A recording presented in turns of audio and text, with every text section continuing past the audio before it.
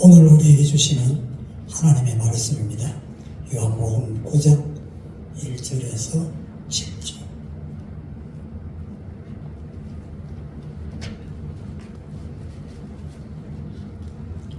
제가 가진 성경은 161면이 되었습니다.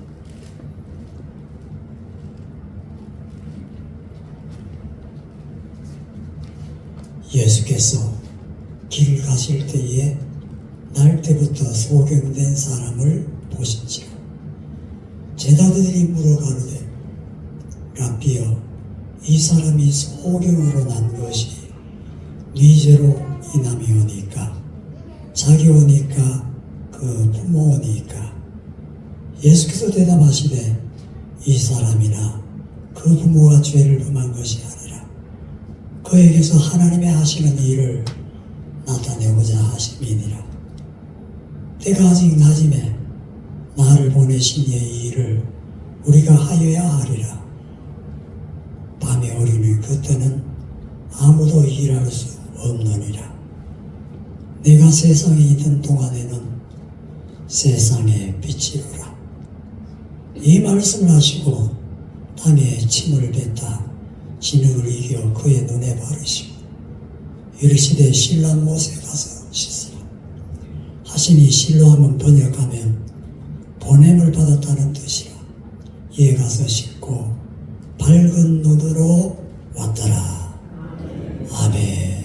이렇게 찬양 은혜 가운데 찬양해 주셔서 감사를 드립니다. 또 오늘 특별히 지난주일에 초청되신 박순자 성도님, 이렇게 함께 예배드리게 되어 제가 힘이 되고 우리 주님 기뻐하시고 축복하실 줄 믿습니다. 박수하겠습니다. 그리고 김정수, 김영수 귀한 성도님 이렇게 모셔서 은혜 받게 했습니다. 제가 은혜가 되고 힘이 됩니다. 우리 박수하겠습니다. 네, 제가 지난주, 고지난주에 항암 1차를 했어요. 하고 난 힘이 빠졌어요. 그래서 얼마나 주님 앞에 기도하게 되는지, 사실은 지난 목요일 날 2차 항암해야 돼요. 항암은 안 하고 항암해봐야 예배도 못 드리고 들어누울 것 같아서, 그래서 기도하면 결론은 일단 이번에 지나가자. 할렐루야. 이제는 우리 온 성도들이 기도를 해주어야 됩니다. 믿습니까? 기도로 제가 미루어 나가려고 애를 쓰고 있는데, 지난 수요일 날 제가 가만 생각하니까 내 혼자 조용히 기도하고 집사람은 교회 일 맡아서 열심히 하면 되겠나 해서 제가 요양병원에 입원을 했어요. 그래서 하루 입원하고 그 다음날 집사람 온 김에 다시 돌아왔습니다. 그래서 교회 집에서 지금 열심히 정말 챙겨 먹고 간호하고 그렇습니다. 여기까지는 이 몸이 정말 나를 위하여 이 교회 위해서 고생했는데 이 몸을 좀 더 정말 잘 따뜻하게 해야 되겠다, 이런 생각을 가지고 지금 집에서 운동하고 또 음식 먹고 챙겨 먹고 그렇게 하고 있는 중입니다. 그런데 지난 수요일 날 제가 없는 사이에 우리 온 성도들이 전부 다 은혜를 받았습니다. 할렐루야. 큰 은혜를 받아서 그때 결성된 것이 목사님 건강과 이 교회를 위해서 40일 매일 기도해 40일 24시간 되면 좋지만 연속 기도회를 하자. 이래서 우리 온 성도들이 40일 기도회로 낮에 저녁에 틈나는 대로 기도실에 오셔서 기도하고 있는 중입니다. 하나님께서 저 혼자만 기도 열심히 하고 주님 찾고 하는 것이 아니라 성도들이 기도하라고, 성도들이 기도할 수 있는 품을 형성해 주셨습니다. 할렐루야. 자, 나도 40일간 교회를 위하여, 목사님을 위하여 한번 연습 기도에 참여했으면 좋겠다. 집에서 못하면 교회에서 나와서라도 하고, 참석하길, 여기에 참여하길 원하시는 분 손 한번 들어주세요. 다시, 집에서 못하면 교회에서 하시고, 지금 정해놓은 게 있어요. 각자 그 시간에는 자기가 맞춰서 기도를 합니다. 그래서 일단 교회 오시는 분은 월요일날 교회에 노트를 하나 갖다 놓을게. 노트 갖다 놓으면 오신 분들 이름만 적고 기도하고 가시고, 오신 분들 이름만 나중에 제가 한목에 전부 다 누구 오셨나 이것만 보려고, 얼마나 오래 했는지, 얼마나 많이 했는지 이건 뒷전이고 교회에서 하시고, 나중에 또 휴대폰으로 제게 연락 주시면 기도했습니다 하면 그것도 적으면 되거든요. 그러니까 매일 한 번씩,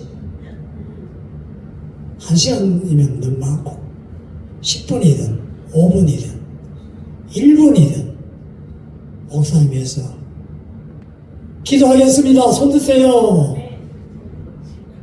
손 드세요. 김혜동 집사님, 오질 말고 집에서 메모. 예. 오시는 분은 오셔서 메모에 적으시면 되겠습니다.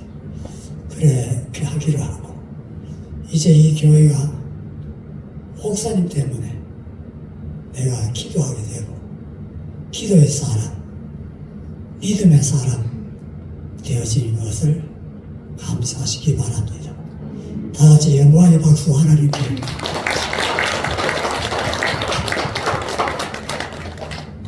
이렇게 한 주간 기도하고 난 뒤에 다음 주일 낮 예배 마치고 점심 식사 후에 기도실에서 재직회를 하겠습니다. 교회의 여러 가지 모든 문제와 똑같이 간단히 기도할 수 있도록 예배 후에, 오후에 점심 식사 후에 재직회, 임시 재직회를 하게 되겠습니다. 아멘. 오늘 말씀 주실 목사님은 제 후배입니다. 소명중앙교회 임동선 목사님. 우리 사모님하고 또 집사님도 같이 오셨는데 너무 감사합니다. 목사님 오셔서 감사합니다. 박수하겠습니다. 이제 하나님의 하시는 일, 이 제목으로 말씀을 주실 때 큰 은혜 시간 되시기 바랍니다. 나오실 때 박수합니다.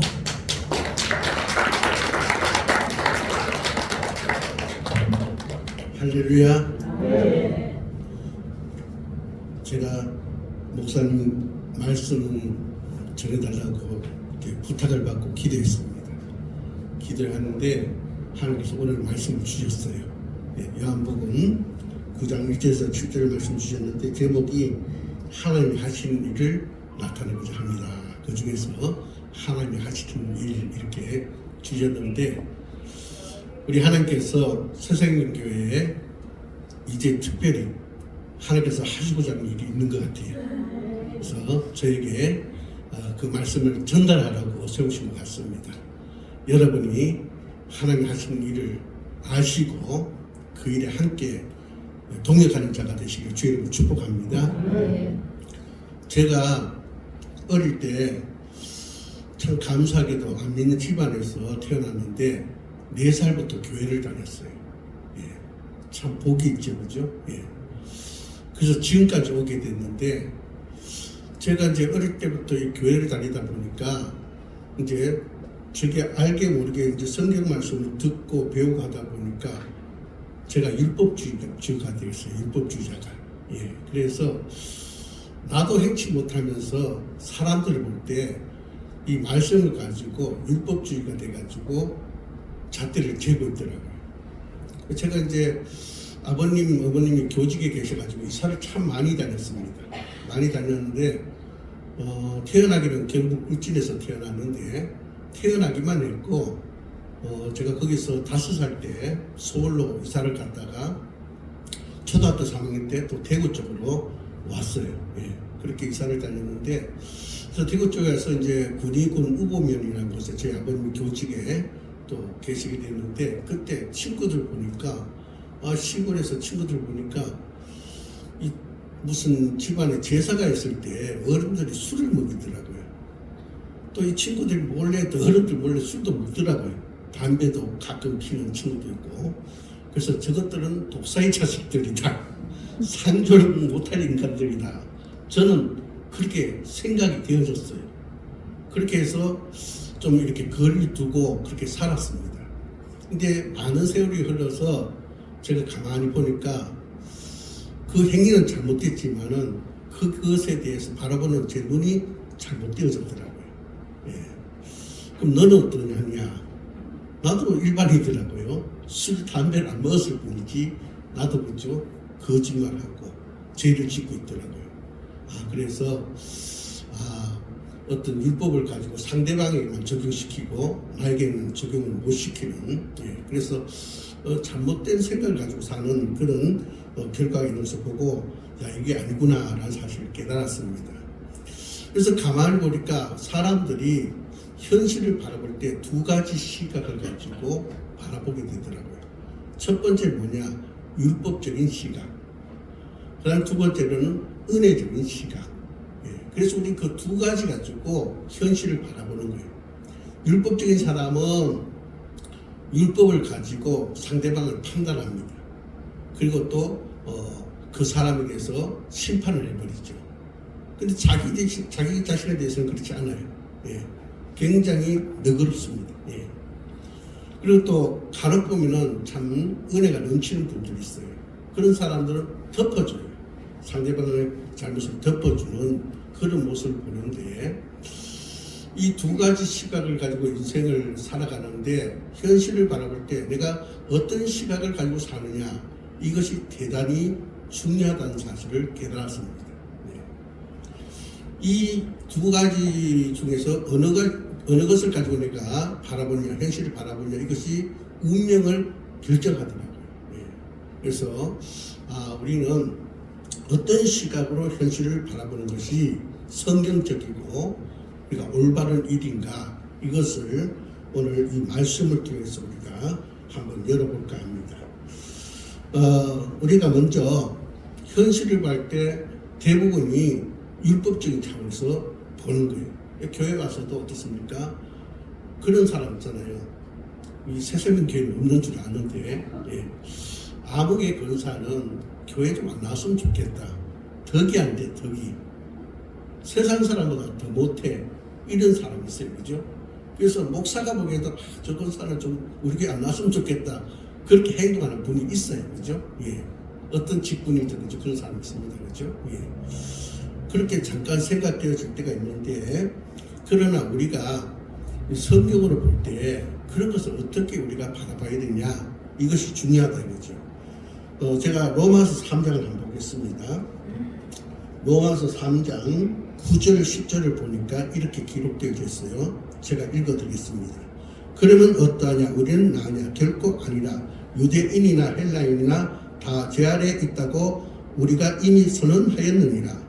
기록된 바 의인은 없나니 하나도 없으며. 바울이 그런 얘기를 합니다. 하나님께 선택받은 유대인이나 그렇지 못한 그 이방인 예를 들어서 바로 그 헬라인들 두고 볼 때 우리가 그들보다 더 나으냐? 결코 나은 것이 없다는 거예요. 왜냐? 성경에 이미 선포하기를 의는 없나니 하나도 없다. 그렇게 선포했기 때문에 우리가 이방인보다 나은 것은 하나도 없다. 그런 얘기를 하고 있는 거예요. 이 말을 다시 적용시키면은 저밖에 예수 안 믿는 사람이나 오늘 예수 믿는 우리나 비교해 볼 때 우리가 그들보다 나은 것이 있느냐? 결코 나은 것이 없다는 거예요. 예. 밖에 세상 사람들이나 우리나 그죠? 한 가지로 죄 가운데 있다는 것입니다. 예. 그러니까 저들에게 나는 의롭다 이렇게 주장할 수 없다는 거예요. 그러면 우리가 현실을 바라볼 때 중요한 것은 뭐냐면 죄의 실제를 인정해야 된다. 아멘입니까? 그리고 상대방도 죄가 있고 나도 죄가 있고 상대방도 허물이 있고 나도 허물이 있는 거예요. 예. 그러므로 우리는 죄의 실제를 인정해야 된다. 두 번째로 또 로마서 3장 제가 읽겠습니다. 19절 20절 우리가 알거니와 무릇 율법이 말하는 바는 율법 아래 있는 자들에게만 말하는 것이니 이는 모든 입을 막고 온 세상으로 하나님의 심판 아래 있게 하려 함이라. 그러므로 율법의 행위로 그의 앞에 의롭다 하심을 얻을 육체가 없나니 율법으로는 죄를 깨달음이니라.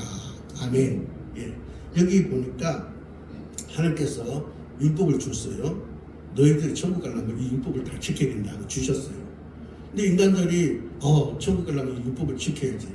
근데 아무리 노력해도 지켜지는 것도 있지만은 못 지키는 것이 더 많은 거예요. 그래서 막 고민하는 거예요.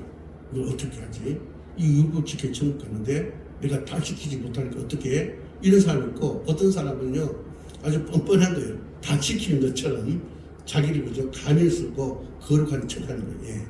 그런 가운데 있는데 그때 하나님께서 이제 저들에게 깨우쳐 준 거예요. 사도 바울을 통해서 모든 사람은 다 제 안에 있어서 한 영광에 이르지 못한다. 율법을 다 지킬 수 없다는 거예요. 근데 하나님께서 왜 율법을 줬냐? 너희들이 이 율법을 떠나 있는 죄인이라는 사실을 깨닫게 하기 위함이다. 아멘? 예. 그래요. 그래서 우리 모두가 율법 우리 힘으로는 도저히 지킬 수 없다. 예. 그래서 우리는 우리 힘으로는 항상 죄 가운데 있을 수밖에 없다. 이걸 인정해야 된다는 거예요. 그러니까 우리가 열심히 그저 노력한다고 우리가 죄를 그저 안 범할 수 있는 것이 아니라 훌륭한 선생님을 모셨다가 거기에 열심히 강의를 듣는다고 우리가 죄 안 지는 자가 되는 것이 아니라는 것입니다. 예. 채찍질을 하든 당근을 주든 조금 효과는 있지만은 죄 가운데 있는 것은 마찬가지다. 그러니까 우리가 도덕적인 한계를 인정해야 된다. 아멘입니까? 그래요. 예. 그렇잖아요.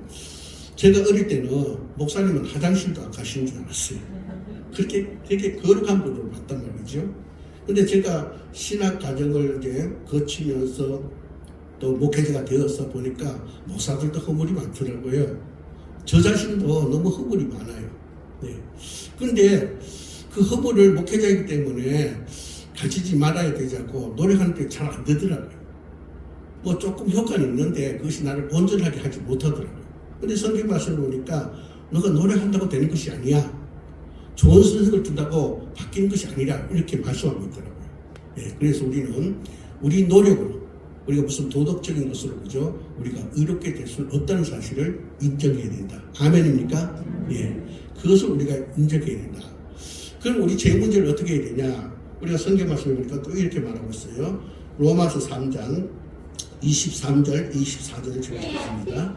모든 사람이 죄를 범하였음에 하나님 영광에 이르지 못하더니 그리스도 예수 안에는 속량으로 말미암아 하나님의 은혜로 값없이 의롭다 하심을 얻은 자 되었느니라. 아멘. 무엇으로 된다고요? 하나님의 값없는 은혜로 우리가 제사함을 받게 되었다. 예. 우리 힘으로는 우리 죄를 어찌할 수 없는 거예요. 그렇죠?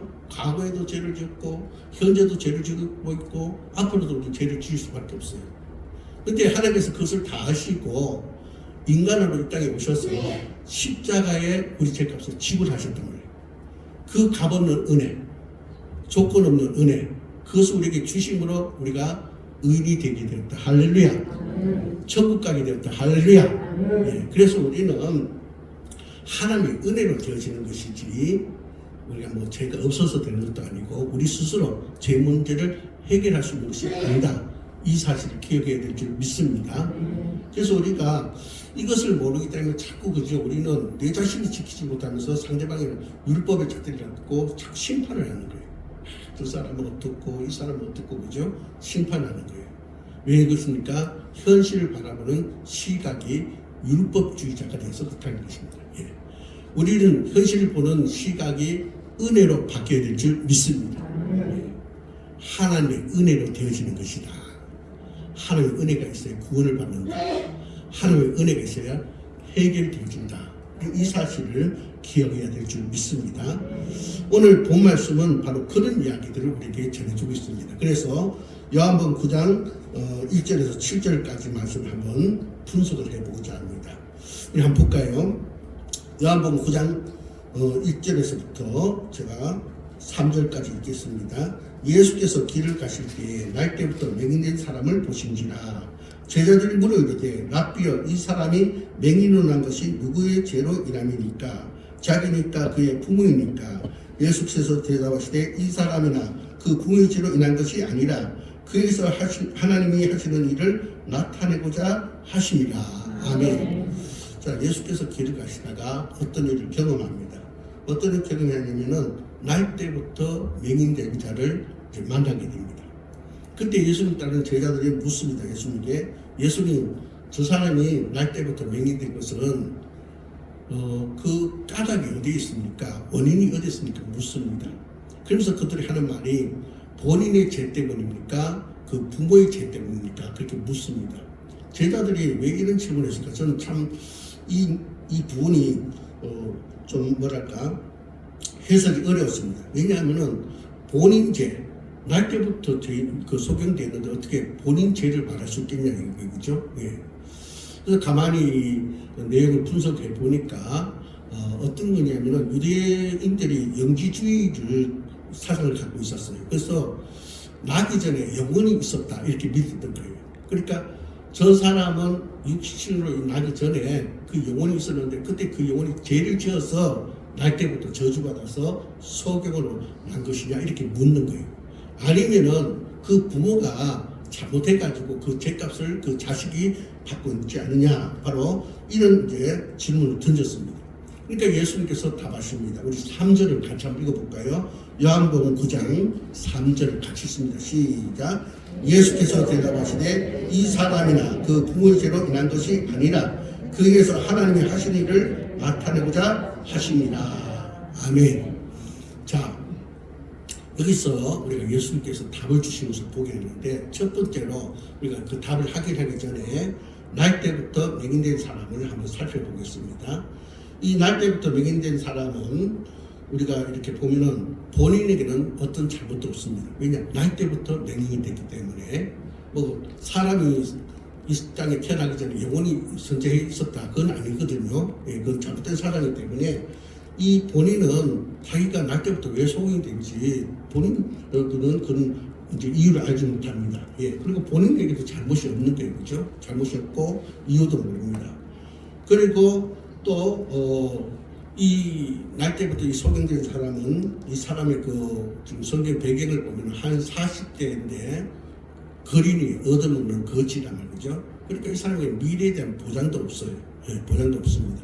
그리고 이 사람을 두고 주변 사람들이 자꾸 그죠 평가를 합니다. 예, 저 사람이 왜 저렇게 날 때부터 소경돼서 저주받았으니까 그렇지 누구 죄 때문이야 이런 거죠. 자기 두고 평가하는 그 평가가 항상 뒤따릅니다. 예, 그러니까 참 불편한 그 고통스러운 인생을 살고 있죠. 예, 바로 날 때부터 소경된 사람은 바로 이런 모습이 있는 것을 우리가 보게 됩니다. 그런 다음에 예수님의 제자들에 대해서 한번 살펴보겠습니다. 예수님의 제자들은 지금 유대 사상을 가지고 현실을 보는 거예요. 저 사람이 날 때부터 소경된 것은 죄 때문이다. 그러니까 인간의 고통은 죄가 원인이 되어서 그 결과로 오는 것이다. 이렇게 보는 바로 시각이 있었습니다. 그래서 남의 고통을 죄 때문이라 하면서 그 사람에 대한 이해력이 굉장히 엄격했습니다. 저주받은 인생이야. 저주 받았으니까 그렇게 태어났지 이렇게 엄격하게 말하고 있습니다. 그렇지만 어떻습니까? 아까 제가 말씀대로 자신들은 예외로 생각하는 오류를 범하고 있더라는 거예요. 그러면서 제자들은 그렇게 말하면서 그죠? 그 날 때부터 소경된 자들에 대해서 무슨 구체적인 대책도 없고 그냥 추상적인 말만 할 뿐이고 그런 가운데서 그죠? 저들은 그죠? 말의 말거리만 만들 뿐입니다. 예. 자, 근데 우리 예수님 한번 보시자고요. 예수님은 어떻게 말씀하시냐? 오늘 3절을 보니까 이 사람이나 그 부모의 죄로 인한 것이 아니라 그에게서 하나님이 하신 일을 나타내고자 하시니라 그렇게 말하고 있어요. 그러니까 우리 예수님은 굉장히 차원이 높은 그런 대답을 우리에게 주고 계십니다. 첫 번째는 뭐냐? 하나님의 사역이라는 차원에서 그 사람에 대해서 보고 있다는 거예요. 예. 하나님이 하시고자 하는 일. 예. 그 사람 날 때부터 속인된 까닭은 본인의 잘못도 아니고 그 부모의 잘못도 아니고 하나님께서 어떤 일을 하시고자 하기 위해서 그 사람이 날 때부터 속인이 되어졌다. 이렇게 하나님의 사역이라는 차원에서 들여다보고 있더라 이 말이에요. 그 다음 두 번째로 예수님은 또 뭐라 하십니까? 하나님이 하신 일을 나타내고자 합니다. 과거에서 대답을 가져온 것이 아니라 미래에서 대답을 가져옵니다. 예. 유대인들, 제자들은 과거에서 자꾸 그죠? 답을 가져오려 했어요. 과거에 어떻기에 오늘 있지 않느냐 이런 답을 가져오는데 예수님은 미래에서 답을 가져옵니다. 미래 이런 일들을 위해서 오늘 이런 일이 생기고 있다 이렇게 말씀하고 있어요. 여러분 오늘 우리는 이 예수님이 현실을 바라보는 시각이 제자들과 다르다는 사실, 우리들과 다르다는 사실을 알고 우리는 예수님이 현실을 바라보는 그 시각에 따라서 우리도 현실을 바라보는 그런 자가 되어야 될 줄 믿습니다. 예. 그러기 위해서는 어떻습니까? 지금 우리가 현실을 바라보는 잘못된 시각을 고쳐야 됩니다. 고치기 위해서는 어떻게 돼요? 제가 아까 얘기했죠. 첫 번째로 우리 모두가 죄인이다. 죄의 실제를 인정해야 된다. 아멘입니까? 예. 그 다음 두 번째는 뭐예요? 아무리 우리가 노력한다고 우리가 스스로 죄 문제를 해결할 수 있는 것이 아니라 도덕적인 한계가 있다. 예. 조금은 뭐 영향력을 끼칠 수 있지만은 우리가 아무리 노력한다고 우리가 좋은 선생님 밑에서 배운다고 우리가 죄 문제로부터 완전히 우리 스스로 그 문제를 해결하는 것이 아니다. 우리가 그 죄에서 나올 수 있는 것은 아니라는 사실을 우리가 기억해야 된다. 그럼 우리가 무엇을 기억해야 된다고? 죄 문제는 하나님의 은혜로 되어진 것이다. 모든 사건은 하나님의 은혜로 되어진 것이다. 이것을 우리가 인정할 때 우리 시각을 우리가 잘못된 시각을 바로 잡을 수 있겠죠. 예.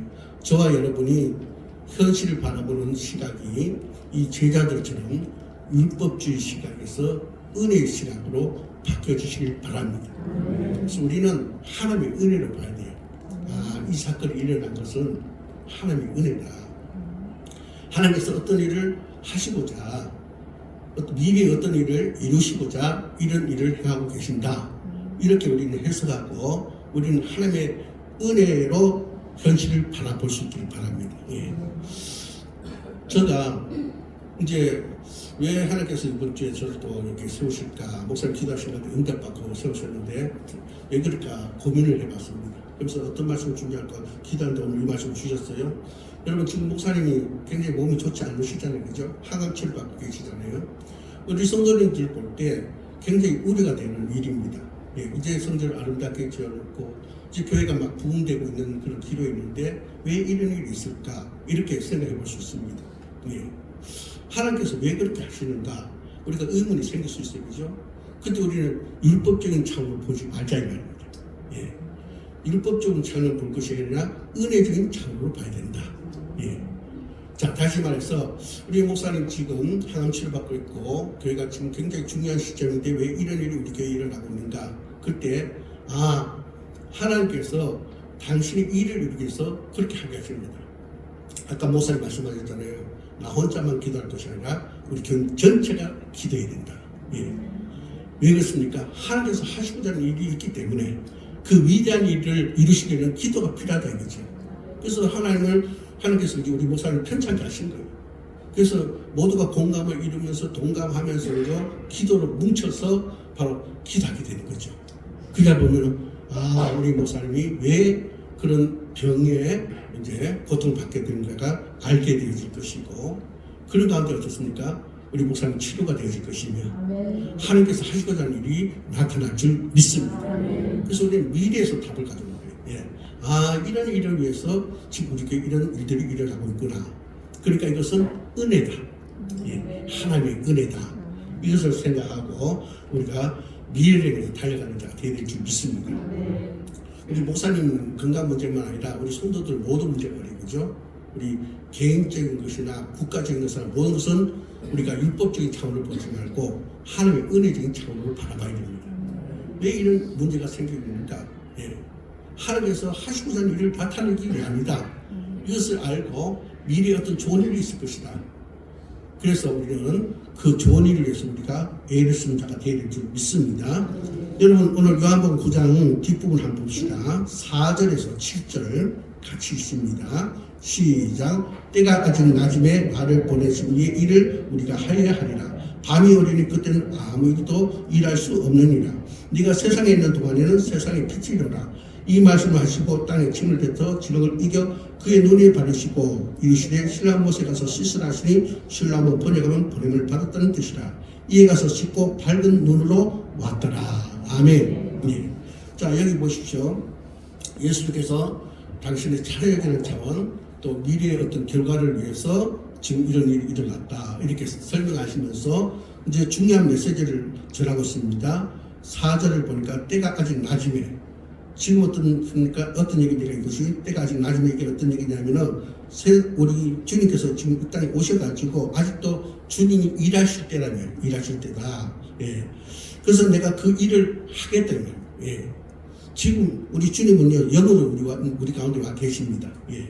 아직도 그죠 어둠 속에서 주님 그죠 나색 일을 하고 계시는 거예요. 예. 그렇기 때문에 분명히 우리 하나님께서는 우리 주님께서는 우리 성령님께서는 우리 새생명 교회를 통해서 어떤 일을 하고자 할 줄 믿습니다. 이 어둠의 세계를 그죠 밝게 하기 위해서 그렇게 역사할 줄 믿습니다. 그래서 5절에 나는 세상의 빛이로다. 이 어둠에서 그죠 빛을 비춰서 어둠을 물려가게 하는 자라 그렇게 말하고 있습니다. 그죠? 예. 우리 하나님은 우리 주님 우리 성령님은 우리 목사님의 건강 문제를 가지고 또 여러분 개인의 문제를 가지고 이 나라 민족의 문제를 가지고 어떻습니까? 어둠을 물리치고 그죠? 예. 빛의 세계를 만드시기 위해서 일하고자 그런 일들을 나타내고자 우리에게 그런 고통을 준다는 거죠. 그럼 우리는 목사님 무슨 죄가 있어서 그러나 우리 교회가 뭐 여기서 이렇게 하다가 말려고 하는가 문 닫게 되려고 하는가 그런 것이 아니라 하나님께서 하시고자 하는 일이 있다. 예. 그 일은 그죠 앞으로 놀라운 일들이 우리 앞에 이제 다가올 것이다. 예. 우리는 그런 미래를 바라볼 수 있는 눈을 가져야 됩니다. 예. 그래서 우리는 현실을 어떻게 보느냐 이 시각이 굉장히 중요한 것입니다. 이는 개인의 운명을 만들 것이며 이것은 교회의 미래를 만들 것이며 이것은 일하는 민족의 앞날을 만들 겁니다. 예. 우리가 어떤 차원에서 현실을 보냐 이것이 굉장히 중요하다는 것입니다. 예. 여러분이 하나님께서 오늘 열어주신 이 눈을 가지시기 바랍니다. 예. 율법주의가 아니라 은혜의 차원의 눈. 예. 모든 것을 은혜로 바라보는 거죠. 하나님께서 어떤 일을 하시고자 하는구나. 그것은 좋은 일일 것이다. 난 모르지만 좋은 일일 것이다. 이것을 기억해야 됩니다. 자, 근데 오늘 날 때부터 소경된 사람이 눈을 뜨게 됩니다. 어떻게 해서 눈을 뜨게 됩니까? 예수님을 만남으로 눈을 뜨게 됩니다. 할렐루야. 예. 여러분, 우리 주님께서 하시는 일, 좋은 미래가 우리에게 오기 위해서는 우리가 예수를 만나야 된다는 거예요. 예. 그래서 우리 지금 새생명교회가 40일 동안 24시간 연속 기도, 예. 여러분 다 동참하시기 바랍니다. 예. 동참하면요, 하나님의 음성을 듣게 되고 그 가운데서 어떻습니까? 바로 해결을 받게 됩니다.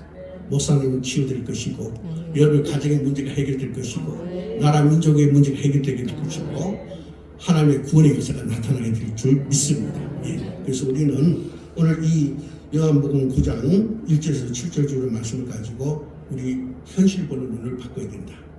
율법주의 시각이 아니라 은혜적 시각으로 바뀌어야 된다. 이 사실을 기억할 수 있기를 바랍니다. 제가 한 가지 간증하고 설교를 마치고자 합니다.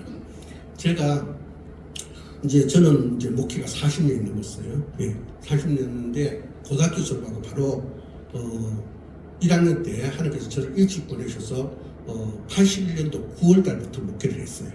그래서 지금까지 왔으니까 한 40년 정도 됐는데, 그런데 제가 참 이 교육전도사로 처음에 갔는데 그 교회가 특별한 경우였어요. 그 자는 참 훌륭하셨던 분인 것 같아요. 목사님 연세가 많으시고 또 아주 오래되신 분이라서 이제 연세가 있고 하시니까 이제 이 교회 이끌어가기 좀 미비한 그런 분들이 있었어요. 그래서 그분을 채우기 위해서 목사님을 나가시라는 것이 아니라 그분을 채워서 그분에게 또 영성이 있으니까 그 부족한 부분을 채워서 이제 하기 위해서 이제 부교육을 받다가 저를 이제 택하게 됐는데 가서 저는 뭐 교육주서는 교육 파트만 하면 되잖아요. 주인만 가면 되잖아요. 근데 사택을 얻어줘가지고 먹고 자고 하면서 이제 학교 왔다 갔다 하면서 매주 주일 설교를 시켰어요. 그런 데가 없거든요, 교육전서를. 그리고 이제 주일학교, 중고등부, 청년부를 다 맡아갔어요. 그러니까 제대로 훈련을 잘 받은 거죠. 너무 감사하죠, 그죠? 이제 그런 과정을 쭉 겪으면서 목회를 하게 됐는데, 이제 그러다 보니까 제가 아까도 말씀드렸듯이 너무 율법주의자가 됐어요. 율법주의자가. 제가 그 80년도 신학교를 갔는데 그 전에 저는 그런 생각을 했습니다. 고등학교 졸업하고 이제 신학교 가면서 신학교 가면 다 나보다 나은 사람들 올 거야. 믿음도 좋고 기도도 많이 하고 영성도 많은 사람들이 올 거야. 그렇게 생각하고 갔습니다. 물론 그런 분들이 계셨어요. 근데 그 중에 참 드문 케이스인데 제 친구 목사님, 제 또래인데 제가 신학교 갈 때는 대부분 저보다 나이 많은 분들이 많이 왔어요. 바로 고등학교 졸업하고 오는 사람들이 그렇게 많지 않았는데 근데 제 또래 친구 전도사님이 신학교를 왔는데 제가 그 당시 제 생각을 그대로 여러분께 전한다면 저 인간이 여기 신학교 왜 왔어? 이런 생각이 든 거예요. 왜냐하면 무슨 신학생이 일반 대학을 가지 술 먹고 와가지고 자고 있고 몰래 그 화장실 가 담배 피우고 이런 거예요. 저는 있을 수도 없는 일이라 생각했어요.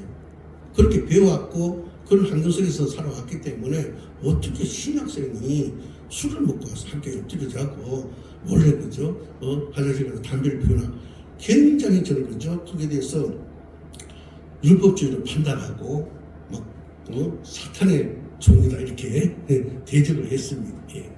그러다 보면 관계를 안 갖게 되죠. 그래서 이제 신학교 졸업하고 목사가 돼서 뭐 그 사람 소식은 저도 모르고 그렇게 이제 지냈는데 어느 날 보니까 그 친구가 이제 제가 그 당시에 이제 전도사로 이렇게 있을 때인데 저거는 이제 목사를 좀 늦게 해야 되겠다 싶어서 또 시골교에서 단독 목회를 하다 보니까 공부할 시간이 없어서 좀 대학원을 늦게 갔습니다.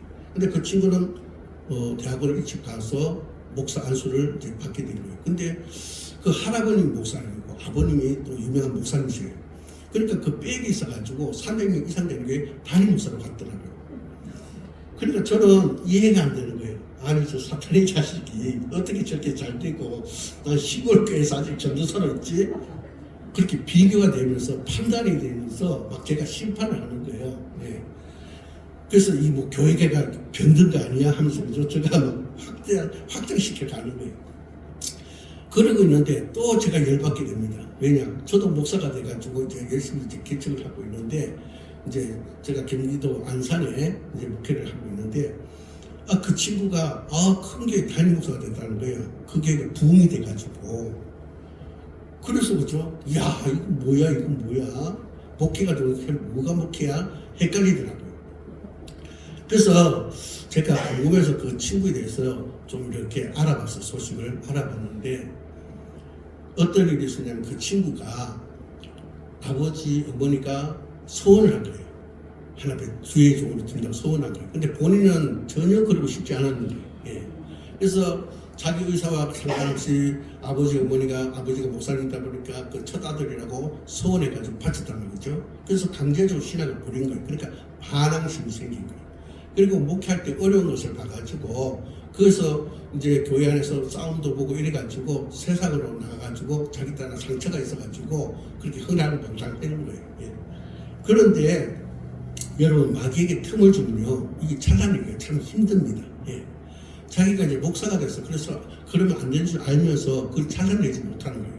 그래가지고 아주 똑똑합니다. 설교를 잘해요. 잘하는데 근데 이 친구가 이제 뭐 이제 전도서 때 했던 짓을 왜 안 하겠어요, 그죠? 그 교회들이 몰래 예를 들어서 이렇게 일동면에서 목회한다면은 그 의정부 정도 가가지고 그죠? 술 마시고 막 다방아가씨들하고 놀고 이런 거예요. 목사가 되었어도 예. 참 벼락맞아 죽을 사람 있잖아요, 그죠? 우리가 볼 때. 그 정도 아니잖아요, 그죠? 예, 우리가 볼 때 그렇단 말이죠. 예. 그런데 그런 일을 하면서 이제 교회는 교회대로 자기 머리 굴려가면서 하는 거예요. 하는데 한 번은 어떤 일이 있었냐면은 그 좀 떨어진 도시에서 다방에서 술을 시켜서 아가씨들하고 같이 담배 피면서 술을 마시고 있는데 그게 장로님이 사업을 하는 분인데 어떤 사업자를 만나기 위해서 그 도시에 이제 가게 됐는데 해피는 그 다방에서 약속하더라고요.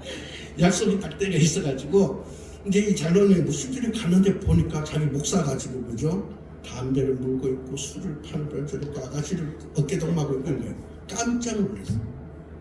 눈을 비벼봤어요. 이게 현실인가 꿈인가 비벼봤어요. 근데 사실인 거예요. 그래서 이분이 뒷걸음쳐가지고 나와가지고 상대방에게 약속을 다른 장소에서 하자 해가지고 만나고 빨리 만나고 그리고 이분이 교회로 온 거예요. 그래서 강제사를 어떻게가지고 울면서 기도했답니다. 장로님이 하나님 목사님을 지키고 목사님을 도와드리려고 하나님께서 나를 장로 안수를 주셨는데 내가 돈 벌기 바빠서 주님만 지키고 나머지 얘는 다 빠져버리고 돈 벌기 위해서 사방팔방 쫓아다니다 보니까 내가 사탄에게 목사님을 빼앗겼습니다. 내가 목사님을 지켜내지 못했습니다. 이건 목사님 죄 전에 나의 죄입니다. 하면서 통일 자복하면서 이 장로님이 울면서 하나님께 회개를 했어요. 하나님께서 기뻐하실까요? 안 기뻐하실까요? 기뻐하시죠. 그래서 이제 막 울면서 기도하는데 하나님의 음성을 주는 거예요. 그러면 내가 지금부터 목사님에서 토요일마다 모든 것을 토요일에 접고 이제 내가 토요일마다 목사님에서 기도해라. 목사님의 교회 목회를 위해서 기도해라. 그 가정을 위해서 기도해라는 거예요. 그래서 이분이 이제 아멘 하고 이제 토요일마다 모든 사업을 이쪽에 다 비워놓고 토요일마다 교회 와서 이제 기도합니다. 저녁에 기도를 하는데 기도하다가 왜 혼자 하느냐 같이 해라. 그래서 그게 장로님들이 4분 계신데 4분하고 자기하고 5명 권사님 10분 계신데 10명 15분이 토요일마다 우리 목사님에서 기도하자. 목사님 도우라고 기름 부음을 받았잖아요. 그러니까 목사님에서 기도하고 목사님 목회하는데 도움이 될 것 있으면 우리가 협력을 하자. 그리고 가족을 위해서 기도하고 또 교회를 위해서 기도하자. 그래서 이제 토요일날 기도회가 만들어진 거예요. 그래서 기도를 한 거예요. 그러니까 이 친구 목사가 그래도 어디 가면 자랑하는 거예요. 자기가 잘나서 교인들이 자기 위해서 그렇게 기도하는 걸로 착각하고 그렇게 자랑하는 거예요. 그러다가 이제 한 번은 자기 그런 생각이 드는 거예요. 장로님하고 그 권사님들이 날 위해서 기도하는데 내가 그래도 밥이라도 한 대 써야 되지 않겠는가. 그렇게 해서 전화했어요. 장로님, 권사님 장로님들 모아가지고 오늘 저녁은 제가 쏠 테니까 이제 식사를 하시고 제가 쏠 테니까 식사하시고 그렇게 기도해 하시라고 그렇게 한 거예요. 자기 폼을 좀 내려고 위에께서 폼을 내기 위해서 그래서 이제 장로님 권사님들 연락 다 해가지고 이제 모여서 이제 식사를 하고 이제 기도하러 가는데 그때 이 친구 목사가 자기도 계획이 없었던 말을 내뱉은 거예요. 무슨 말을 했냐면은 아유 장로님 권사님 나를 위해서 기도해주고 교회를 위해서 기도해주고 목회를 위해서 기도해주고 너무 감사합니다. 오늘 제가 함께 하겠습니다. 이런 거예요. 그런 계획이 없었는 말인데 자기도 모르게 막 하죠. 그 말을 뱉은 거예요. 그래서 이제 그 기도에 참여해서 기도하는데 통성 기도를 하는데요. 성령이 그죠. 마음 인지하셔가지고 그 목사에게 회개를 들어간 거예요. 그래서 이 친구 목사가 회개하고 울면서 회개하게 된 거예요. 예. 그래서 이분이 친구 목사가 그 장로님 권사님 모아놓고 오늘 내가 중요한 얘기를 할 게 있다. 뭐냐? 나는 가짜였다. 이제 회개에 들어갔으니까 하나님께 회개하고 그래서 오늘부로 나는 교회 사표내겠다. 나는 지금 이 순간까지 나는 어디 가가 술 먹고 담배 피고 그리고 여자들하고 몰면서 놀았다. 이런 목사가 아니다. 오늘 하나님께서 나를 회개시켜서 정말로 하나님께 이렇게 회개할 수 있도록 도와주셔서 너무 감사해서 나는 목사직을 내려놓고 평신도로 돌아가서 이제 신앙생활을 하겠다. 이렇게 얘기한 거예요. 그러니까 장로님 한 분이 그런 얘기한 거예요. 목사님 지금까지는 목사 자격이 없었지만 지금 이 순간부터는 목사 자격이 있습니다. 이제는 목회해서는 안 될 사람인데 이제는 목회하셔야 될 분입니다. 목회하셔야 됩니다. 그래서 서로 끄라고 울고 그래서 이제 이 정신을 차리고 회개하고 하는 때 그죠. 선교함을 가지고 열심히 목회하니까 그 300명 교인이 그죠 1000명 가까이 예 그렇게 그죠 부흥이 됐다는 거예요. 그래서 제가 그 얘기 듣고 그냥 되는 것이 아니구나. 내가 그 친구를 그 볼 때고 반면만 봤구나. 하나님은 그런 그 친구를 택해 가지고 그를 기쁜 것을 들으니까 하나님 일을 위해서 아직 부족한 것이 많고 제가하겠지만 하나님이 하시고자 하는 일을 위해서 또 그 친구에게 회개를 보여줘서 그 친구가 변화되어서 훌륭한 주의 종이 될 수 있는 그런 그죠 리더자가 될 수 있는 그 일을 이루시기 위해서 그렇게 하셨구나. 그러니까 내가 하나님보다 더 똑똑한 척했구나 하면서 제가 해결을 했습니다. 여러분 우리가 현실을 바라볼 때 율법주의자가 되면 그렇게 되기 쉽다는 거예요. 예. 정부에서는 내가 부끄러운 자라는 사실을 깨닫게 된다는 것입니다. 하나님은 파벌해서 그런 것이 아니라는 것입니다. 우리 인생 전체를 들여다 보신 분이고 우리 인생 전체를 좌우하시는 분입니다. 예. 그러므로 우리는 교회에 조금 부족한 사람이 있어도 좀 특별하게 그죠? 교회 해가 되는 사람이 있을지라도 무슨 차원을 우리가 봐야 된다고요? 은혜적인 시각으로 바라봐야 된다. 지금은 그렇지만 하나님께서 장차 저 사람에게 어떤 일을 하시고자 저 사람께서 어떤 일을 이루시고자 그렇게 하시는구나. 사건도 마찬가지예요. 여러분 가정에 혹시 어려움이 있으면 그렇죠? 그렇게 생각하시면 합니다. 이 어려움은 하나님께서 어떤 일을 하시고자 미래에 우리 가정을 복주시고자 그렇게 일을 지금 겪게 하시는구나. 그래서 율법적인 차원에서 우리 가정 망했다. 예수 믿어도 별 볼일 없다. 이게 아니라 하나님 은혜가 임한다. 좋은 일이 있을 것이다. 예, 이런 차원에서 우리가 현실을 바라볼 때 하나님의 그 뜻을 알게 되고 하나님의 그 뜻을 이루게 될 줄 믿습니다. 우리 새생명교회가 하나님이 하시는 일을 볼 수 있는 은혜적인 차원에서 현실을 보는 시각을 가지시기를 주의 이름으로 축복합니다. 기도드리겠습니다. 하나님 감사합니다.